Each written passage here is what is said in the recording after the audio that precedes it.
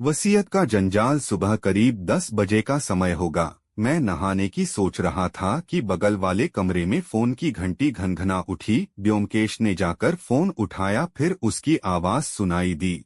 Hello. कौन साहब? विधु बाबू, नमस्कार। कैसे हैं आप? सब ठीक है न सर जी? क्या कहा? अरे वाह, मुझे आना है। ठीक है, कृपया पता बता दें। ठीक है, मैं आधा घंटे में पहुंच रहा हूं। ब्योमकेश कुर्ता पहनते हुए कमरे से बाहर आया। चलो, एक जगह जाना है, मर्डर हुआ है। विधु बाबू ने हमें बुलाया है। मैंने उठकर पूछा, कौन? विधु बाबू, डिप्टी कमिश्नर। ब्योमकेश ने मुस्कराकर कहा, हाँ वे ही। पर कह नहीं सकता कि इसके लिए किसको धन्यवाद दूं। उनकी बातों से तो नहीं लगता कि उन्होंने स्वयं बुलाया है। शायद आदेश ऊपर से ही मिला है। हमें अपने काम काज के सिलसिले में अक्सर पुलिस के डिप्टी कमिश्नर विधु बाबू से मिलना होता है। वे दिखावा ज्यादा करते हैं। जब भी मौका मिलता है तो अपनी शेखी में हम लोगों को अपना लेक्चर पिलाना कभी नहीं भूलते और हर तरह से यह संकेत देने का प्रयास करते हैं कि ब्योमकेश अपनी क्षमताओं और कौशल में उनसे बहुत नीचे हैं। ब्योमकेश शेखी से भरी बातों बहुत ही विनय से सुनता है और मन ही मन मुस्कराता रहता है। विधु बाबू अपनी बुद्धि और काबिलियत दिखाने के चक्कर में अक्सर पुलिस फाइलों की अनेक गोपनीय सूचनाओं भी लीक कर देते थे। इसलिए जब जब ब्योमकेश को पुलिस की जानकारियों की जरूरत पड़ती, वह विधु बाबू का लेक्चर सुनने चला जाता था। विधु बाबू अपनी जवानी में इतने जड़ बुद्धि नहीं थे। वे अपने कामकाज में चुस्त दुरुस्त थे, लेकिन पुलिस की घिसी पिटी नियमित कार्यप्रणाली की एक लयबद्ध निरंतरता ने उनके मस्तिष्क को भोथरा कर दिया था और उन्हें अब रूटीन कार्यों से ज्यादा कुछ सुझाई नहीं देता था। उनके सहयोगी उनके पीछे उन्हें बुद्ध बाबू कहा करते थे। बहरहाल हम लोगों ने जल्दी से नाश्ता किया और निकल पड़े। बस से हमें पहुंचने में लगभग 20 मिनट लगे। वह जगह उत्तरी कलकत्ता के संपन्न इलाके में थी। हम लोग घर के नंबर देख रहे थे कि सामने एक घर के आगे 2 सिपाही खड़े दिखाई दे गए। हम समझ गए कि वही पता है जहां हमें जाना है। ब्योमकेश ने जब अपना नाम बताया तो वे सिपाही एक ओर हट गए। बाहर से वह 2 मंजिला मकान साधारण लग रहा था, लेकिन अंदर जाकर देखा तो काफी विशाल दिखाई दिया। बरामदे के बाहर सीढ़ियों के किनारे फूलों के गमले, अंदर गैलरी में पीतल के सजावटी गमलों में ताड़ के पौधे, विशाल एक्वेरियम में रंग बिरंगी मछलियों, कुल मिलाकर एक संपन्न परिवार के चिन्ह दिखाई दिए। सेंट्रल हॉल का मार्ग दोनों ओर की बालकनियों तक जाता था। तीसरा मार्ग सीढ़ियों से केंद्रीय कक्ष की तरफ जाता था। हम लोग दाईं ओर के कमरे की ओर बढ़े, जहां लोग एकत्र थे।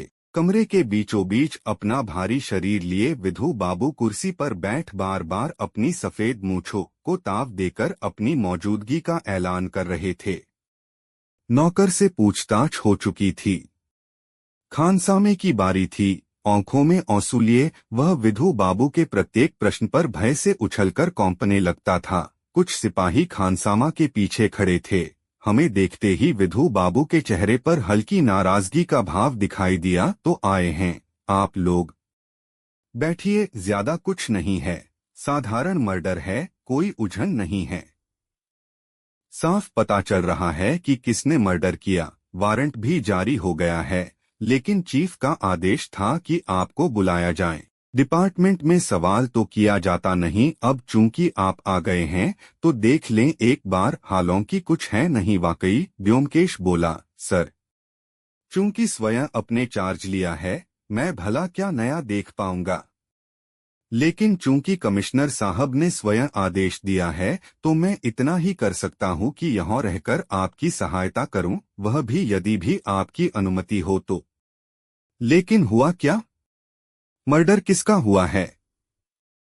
खुशामद पहाड़ को भी पिघला देती है। विधु बाबू के चेहरे से रुखापन साफ हो गया। वे बोले, कराली बाबू इस घर के स्वामी हैं। उनकी हत्या रात को सोते समय कर दी गई। हत्या का तरीका थोड़ा विचलित है, इसीलिए कमिश्नर परेशान हैं। लेकिन वास्तव में वह बहुत आसान है। मोतीलाल, जो कराली बाबू का एक भतीजा है, उसी ने की है यह करतूत और तभी से फरार है। ब्योमकेश ने विनय के भाव से कहा, मेरे जैसा सीमित बुद्धि वाला व्यक्ति इन गूढ़ बातों को तभी समझ सकता है जब उसे विस्तार पूर्वक समझाया जाए। क्या आप एक बार पूरा वृत्तांत शुरू से बताने कृपा करेंगे? विधु बाबू के चेहरे पर असंतोष के बादल अब पूरी तरह छंट गए।